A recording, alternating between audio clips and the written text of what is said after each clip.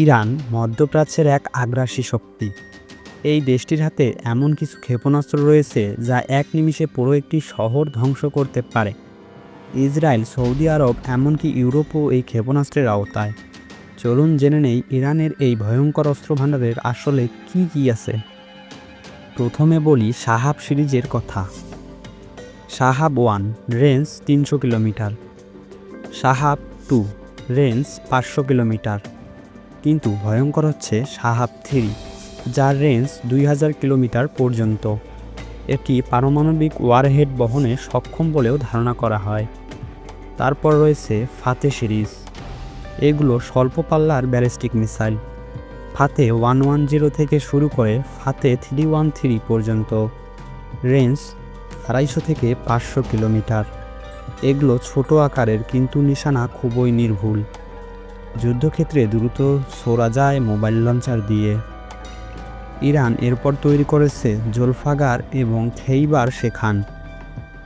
জোলফেগার range 700 kilometre, খেইবার শেখান range 1450 kilometre. এগুলো হালকা, মোবাইল লঞ্চযোগ্য এবং টার্গেট একেবারে ধ্বংস করে দেয়। ইরান এগুলো সিরিয়া ও ইরাকেও ব্যবহার করেছে। সবচেয়ে দূরপাল্লার ক্ষেপণাস্ত্রগুলোর মধ্যে আছে সেজ্জিল ও ঘাদর 110। সেজ্জিল 2500 কিলোমিটার রেঞ্জ, কঠিন জ্বালানি ভিত্তিক, তাই দ্রুত ছোড়া যায়। ঘাদর 110 2000 কিলোমিটার পর্যন্ত যায়। এই মিসাইলগুলো পারমাণবিক অস্ত্র বহনের উপযোগী বলে আশঙ্কা করা হয়। ইরান শুধু ব্যালিস্টিক নয়, তাদের হাতে আছে ভয়ঙ্কর সব ক্রুজ মিসাইল ও কামিকাজে ড্রোন। সিউমার ও হবিজে ক্রুজ মিসাইল, রেঞ্জ 1300 থেকে 2000 কিলোমিটার। আর শাহেদ 163 ড্রোন ইউক্রেন যুদ্ধে ব্যাপকভাবে ব্যবহার করেছে রাশিয়া। এটি নিজেই বিস্ফোরণে উড়ে যায়, সুসাইড ড্রোন বলা হয়। ইরানের ক্ষেপণাস্ত্র শক্তি। ইসরায়েল, সৌদি আরব, আমেরিকা মধ্যপ্রাচ্যের ঘাঁটি এবং এমনকি দক্ষিণ ইউরোপের দেশগুলোকেও হুমকির মুখে ফেলতে পারে।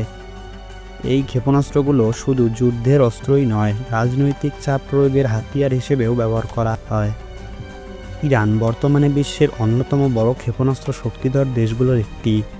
তাদের মিসাইল সিস্টেম প্রতিরোধ করা অত্যন্ত কঠিন, বিশেষ করে ড্রোন ও ক্রুজ মিসাইলগুলো। তবে এই শক্তি যেন ধ্বংসের নয়, শান্তির পথে ব্যবহার হয়, সেটাই হওয়া উচিত আমাদের প্রত্যাশা। ইরানের কোন ক্ষেপণাস্ত্র আপনাকে সবচেয়ে বেশি অবাক করেছে কমেন্টে জানাতে ভুলবেন না। আর এমন আরও ভিডিও পেতে সাবস্ক্রাইব করুন আমাদের চ্যানেল। ধন্যবাদ, দেখা হবে পরের ভিডিওতে।